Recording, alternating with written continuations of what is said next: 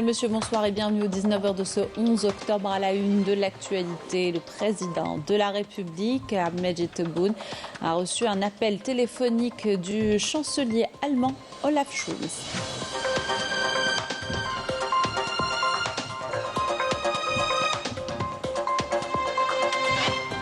Réunion ministérielle urgente du Conseil de la Ligue des États arabes sur la Palestine. Le ministre des Affaires étrangères appelle à mobiliser toutes les instances internationales concernées pour mettre fin à l'agression sioniste.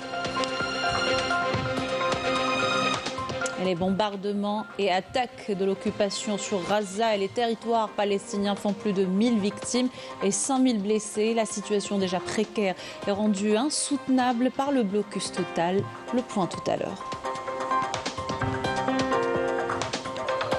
Économie avec l'exploitation de la mine de zinc de Oued Amizour, bientôt opérationnel. Le projet est l'un des plus prometteurs du secteur.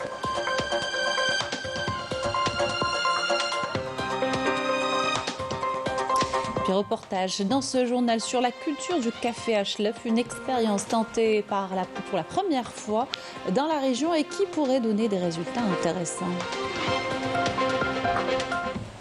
Bienvenue à tous, heureuse de vous retrouver. Je vous le disais en titre, le président de la République, Ahmed Tebboune, a reçu aujourd'hui un appel téléphonique du chancelier de la République fédérale d'Allemagne, Olaf Scholz, au cours duquel ils ont échangé leur point de vue autour des relations bilatérales et les moyens de les renforcer dans de nombreux domaines, notamment l'énergie et l'industrie. Ils ont également abordé à l'occasion des questions régionales et internationales d'intérêt commun, notamment la situation sur le continent européen et les développements au Moyen-Orient, outre la Libye et la région du Sahel. Et une réunion ministérielle urgente du Conseil de la Ligue des États arabes sur la Palestine a été organisée ce mercredi en Égypte avec la participation du ministre des Affaires étrangères de la communauté nationale à l'étranger.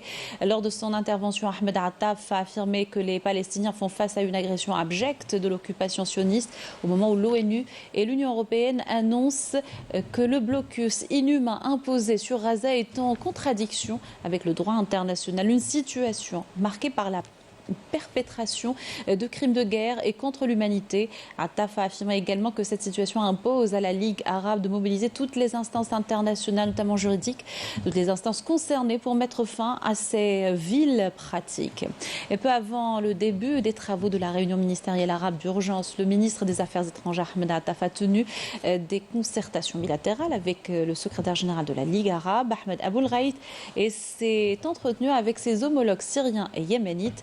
Les entretiens ont porté sur la dégradation de la situation dans les territoires palestiniens occupés et la nécessité de cristalliser une position arabe unifiée pour agir en vue de mettre fin à l'agression sioniste abjecte contre la bande de Gaza assiégée, de garantir la protection internationale aux civils palestiniens et de répondre à leurs besoins urgents. L'accent a été mis également sur l'impératif de lancer un processus de paix sérieux à même de redonner espoir au peuple palestinien et de garantir la consécration de ses droits nationaux légitimes, à leur tête son droit inaliénable à l'établissement de son État indépendant avec Al-Quds pour capitale. Et 5e jour des bombardements sionistes sur Gaza, le nombre des victimes palestiniennes dépasse les 1000. En plus de 5000 blessés, la ville qui vivait déjà dans des conditions précaires manque aujourd'hui de tout. Électricité, gaz, eau, nourriture ou encore des médicaments. Un blocus complet est imposé sur l'enclave et les frappes empêchent l'accès des aides via le passage de Rafah depuis l'Égypte. Les tirs de l'occupation ont atteint la côte palestinienne. Yasmine Massaoudi. Après 5 jours d'agression sioniste contre le peuple palestinien, le nombre de victimes ne cesse de croître, avec plus d'1 millier de Palestiniens tués et plus de 5000 blessés. Des actes de violence perpétrés par l'armée de l'occupation sioniste qui ont touché sans distinction hommes, femmes et enfants. Selon le ministère palestinien de la Santé, l'hôpital pour enfants de Beit Hanoun, situé dans le nord de la bande de Gaza, avait cessé ses activités en raison des bombardements incessants des forces d'occupation sionistes. Des attaques qui ont engendré l'incapacité des équipes médicales affectées dans cet hôpital à remplir leurs fonctions, de se déplacer ou même de répondre aux appels d'urgence. En parallèle, une rupture des stocks de médicaments est à craindre vu que toute l'enclave palestinienne est soumise à des bombardements et à un siège complet par l'armée d'occupation. Les autorités médicales palestiniennes ont signalé que les avions de chasse de l'occupation sioniste ont ciblé au moins 9 ambulances au cours des 2 derniers jours. Aujourd'hui, 5 membres du réseau de la Fédération internationale des sociétés de la Croix-Rouge et du Croissant Rouge ont été tués lorsque des ambulances ont été touchées.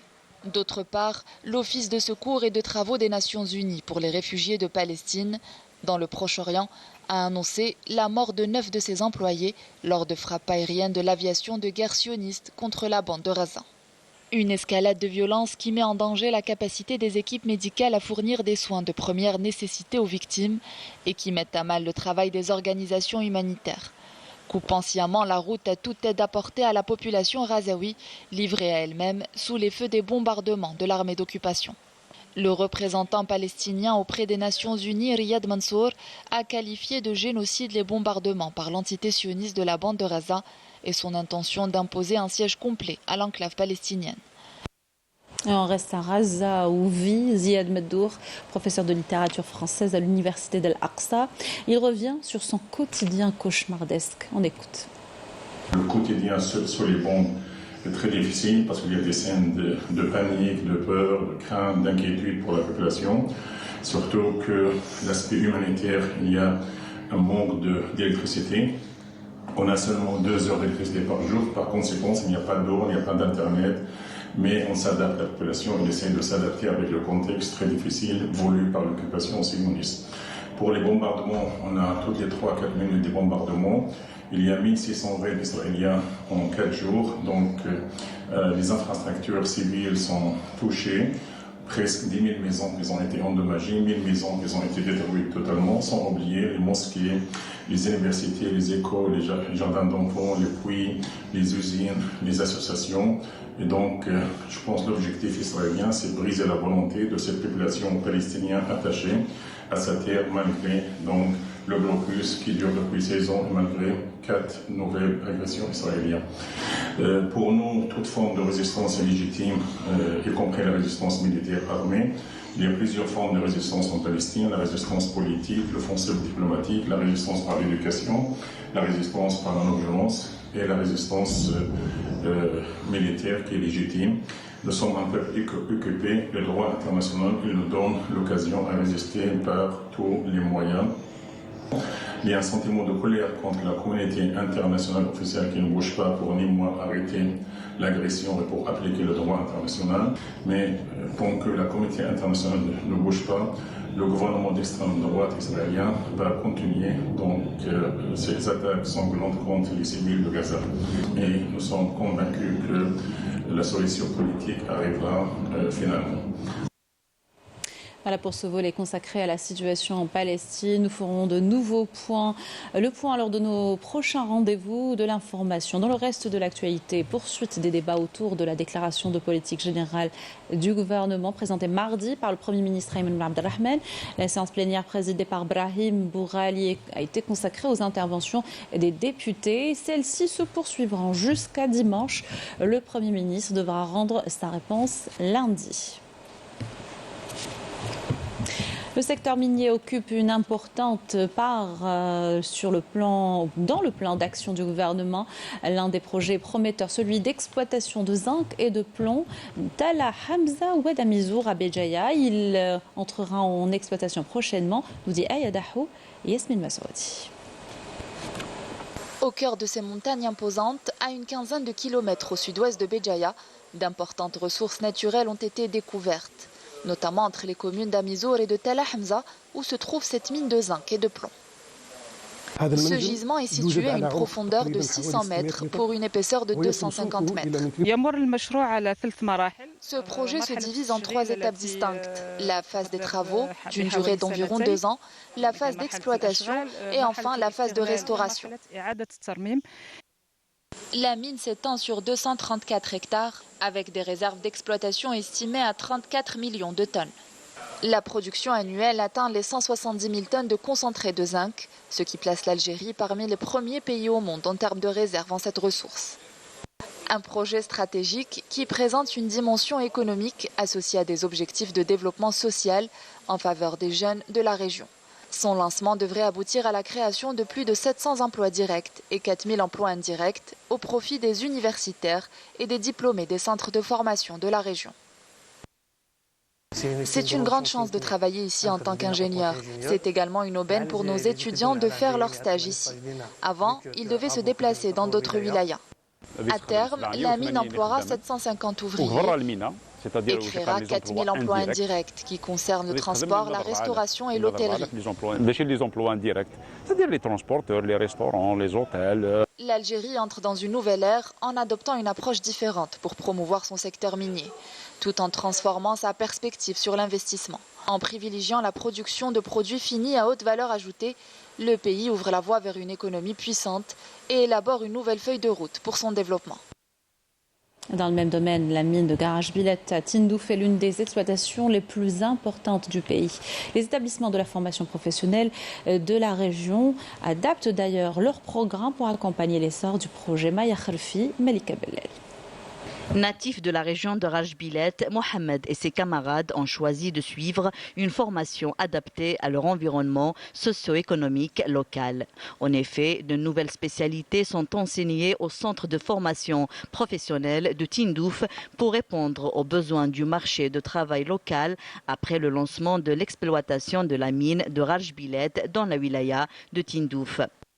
J'habite à Rajbilet et je suis une formation de chauffeur d'engin des mines. C'est une formation qui dure une année. Nous avons une journée cours théorique par semaine au niveau du centre de formation professionnelle et 4 jours de pratique sur le chantier de Rajbilet. Je suis une formation de maintenance des machines. C'est un créneau qui m'a toujours attiré. J'enseigne les mécanismes d'exploitation des mines et aussi la prévention et la sécurité minière au niveau du centre de formation Talb Ben Abdelrahman. Ici, nous enseignons la théorie. Pour ce qui est de la pratique, les stagiaires sont envoyés dans les entreprises chargées de la réalisation du projet de Rajbilet. Ces filières ont également été consolidées par la signature des conventions de partenariat avec des entreprises socio-économiques à la satisfaction des pensionnaires du secteur de la formation. Une convention de partenariat a été signée entre les centres de formation et les entreprises chargées de l'exploitation de la mine de Rajbilet.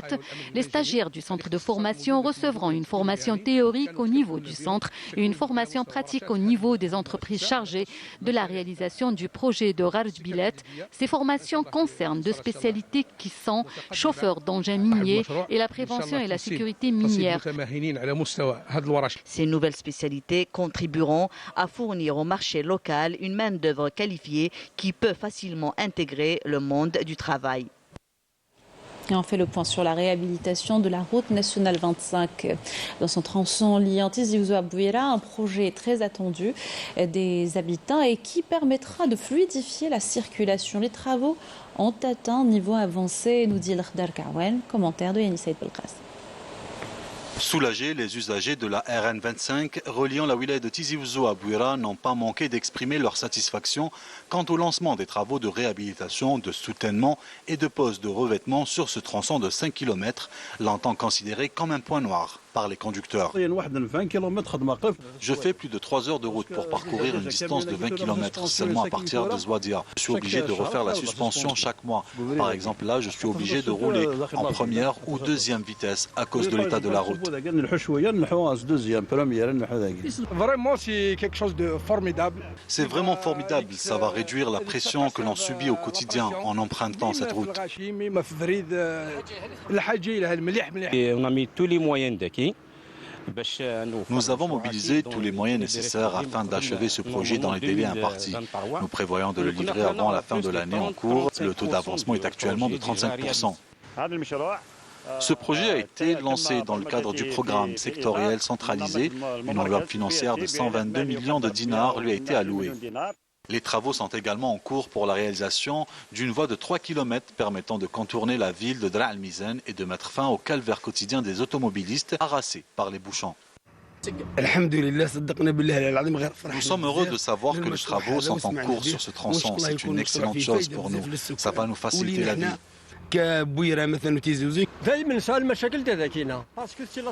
Nous rencontrons souvent des problèmes sur cette route, mais avec la réalisation de cette déviation, la circulation sera plus fluide. Nous nous trouvons au niveau de la première partie, d'une longueur de 1,3 km. Les travaux sont en cours. Sur la deuxième partie, il y a des travaux de déviation des canalisations de distribution d'eau potable. Quant à la troisième partie, d'une longueur de 900 mètres, les travaux y ont été complètement achevés.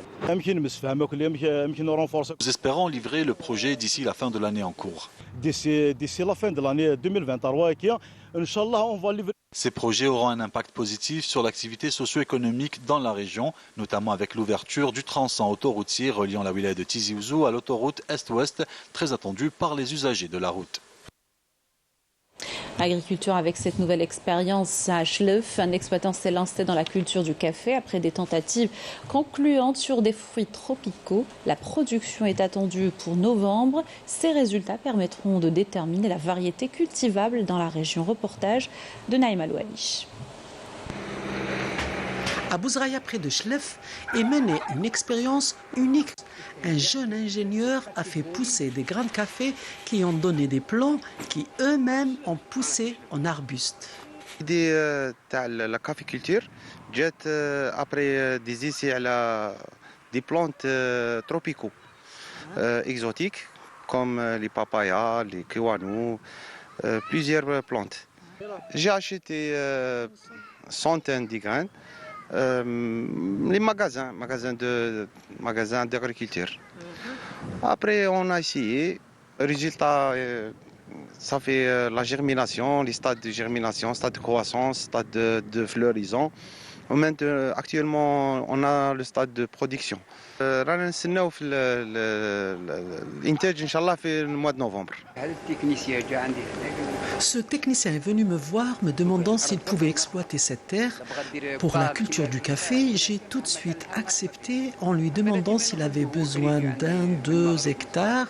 Actuellement, je m'en occupe, j'arrose les plants, je mets des engrais et lui, il vient régulièrement pour vérifier, voir ce qui manque. Ce jeune entrepreneur veut absolument adapter le caféier, un arbre qui aime autant les ombres, l'eau que les hauteurs, à la région semi-aride de Schleuf. Et bien sûr, c'est à la nature de sélectionner le grain qui va donner l'arbre le plus robuste et le plus généreux. Le but de cette expérience est la sélection. Choisir, sélectionner la variété qui résiste le plus à la chaleur, l'aridité, le climat sec de la région. C'est cette variété justement qui lutte contre les conditions climatiques extrêmes que nous comptons cultiver pour un café 100% algérien. Unique en son genre, cette première expérience est sanctionnée par quelques caféiers debout et son promoteur entend agrandir et commercialiser le précieux grain à 100% algérien à grande échelle. Le bilan opérationnel de l'Armée nationale populaire pour la semaine écoulée. Dans le cadre de la lutte antiterroriste, 12 éléments de soutien aux groupes terroristes ont été arrêtés lors de différentes opérations menées à travers le territoire national. Dans le cadre de la lutte contre la criminalité organisée, en continuité des efforts soutenus visant à contrecarrer le fléau du narcotrafic dans notre pays, des détachements combinés de l'ANP ont intercepté, en coordination avec les différents services de sécurité, ont intercepté 58 narcotrafiquants, mis en échec des tentatives d'introduction de 9 quintaux et 61 kg de kif traités provenant des frontières avec le Maroc, alors que plus de 330 000 comprimés psychotropes ont été saisis. À Tamanrasset, Bojbadji Mortal et Janet, des détachements de l'ANP ont arrêté 312 individus et saisi 30 véhicules, 216 groupes électrogènes, 126 marteaux-piqueurs, un détecteur de métaux ainsi que des quantités d'explosifs, d'outils de détonation et d'équipements utilisés dans des opérations d'orpaillage illicites.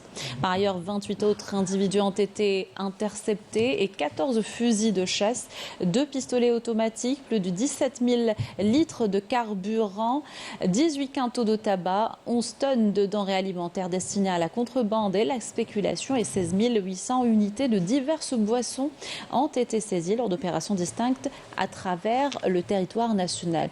Les gardes-côtes ont déjoué au niveau de nos côtes nationales national des tentatives d'émigration clandestine et ont procédé au sauvetage de 126 individus à bord d'embarcations de construction artisanale, alors que 775 immigrants clandestins de différentes nationalités ont été arrêtés à travers le territoire national.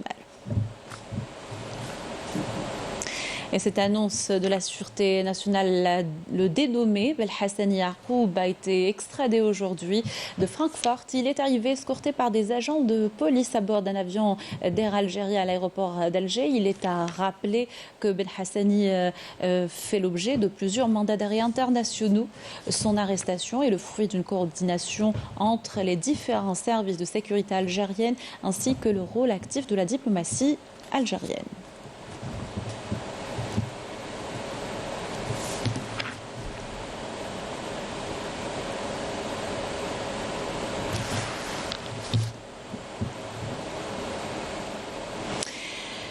Et cette information, le président ougandais Yoweri Museveni a réaffirmé son soutien à la lutte du peuple sahraoui, soulignant la nécessité de respecter les principes fondateurs et la charte de l'Union africaine et de permettre aux Sahraouis d'exercer leur droit à l'autodétermination et à l'indépendance.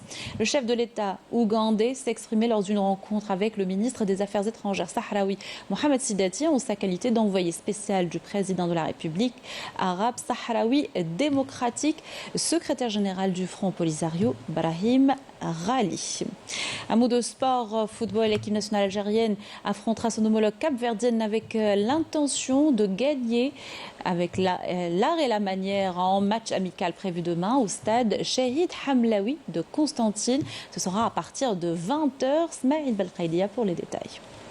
L'équipe nationale de football affrontera son homologue du Cap-Vert ce jeudi au stade Chahid Hamlaoui de Constantine à 20h dans une confrontation amicale qui entre dans le cadre de la préparation des poulains de Belmadi pour les prochaines joutes internationales. L'occasion est offerte aux nouveaux venus de faire honneur à leur première sélection pour un véritable baptême de feu. Je suis très bien, je suis beaucoup motivé, j'ai très hâte de commencer et Inch'Allah que ça va bien se passer. Très bonne, on a très bien été accueillis. Franchement, on sent bien ici et on a très bien été accueillis, le terrain il est bon. J'ai bien été accueilli et franchement c'est un très bon groupe, on s'entend bien et j'espère que ça va continuer comme ça. Ça fait plaisir, beaucoup de fierté. Depuis tout petit, je supporte l'équipe nationale et j'espère faire mes débuts. Ouais, c'est un rêve, bien sûr. فرحان بالاستدعاء هذا وانا نبريبارو له ان شاء الله نفرحوا الجماهير. كاع لي جوا كاع لي جان كاع لي كبار لي جوا كبار وكاع عاونوني كما. Les Capverdiens qui ont effectué un long périple pour arriver dans l'antique Cirta pour donner la réplique au Fennec comptent sur cette opposition pour affûter leurs armes avant les éliminatoires de la prochaine Coupe du Monde. Algérie, c'est une grande équipe. Il y a beaucoup de grands joueurs comme Mahrez, Mandrea, Slimane. Le jeu de 12 d'octobre contre l'Algérie nous sert pour bien préparer le match contre l'équipe d'Angola et aussi Swatini. Le stade Chahid Hamlaoui risque de s'avérer trop exigu pour accueillir des supporters de l'EN qui seront à non point douter très nombreux à soutenir des camarades de Mahrez qui affronteront l'Égypte lundi prochain dans une seconde opposition amicale. 6e édition du Festival international du couscous avec la Tunisie comme invité d'honneur classée au patrimoine culturel immatériel de l'UNESCO. Cette spécialité culinaire traditionnelle varie selon les régions. En Algérie, autant de couscous que de régions, nous dit Yanis Aïd Belkacem. Le couscous, un plat emblématique présenté lors de cet événement sous toutes ses coutures, du plus commun au plus exotique et selon chaque ville d'Algérie et du Maghreb. Chaque couscous a ses propres saveurs et textures qui le rend unique. Je suis très contente d'être conviée pour participer à ce salon et aux différents festivals. J'ai présenté un couscous au thym, au gland et au blé. J'ai présenté plus de 11 variétés de couscous.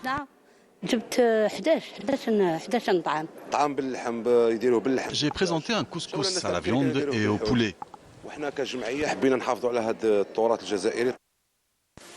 Couscous aux légumes, couscous aux poissons ou encore à la viande et aux fines herbes. Chaque chef cuisinier y a mis sa touche sans pour autant dénaturer la recette originale de sa région.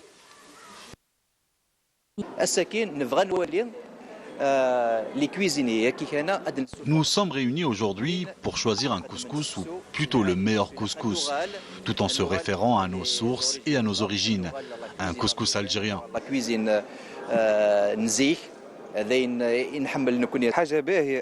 C'est une bonne chose de mettre en exergue l'art culinaire, surtout que le couscous est une base de nos traditions culinaires. Vive le couscous, فهمني مرحبا بالضيوف الكل مرحبا ان شاء الله المسابقين كل يستنفعوا منها ونستنفعوا منهم بالحاجه الباهيه. طبق التلاقي اللي لقى ما بين المغرب العربي.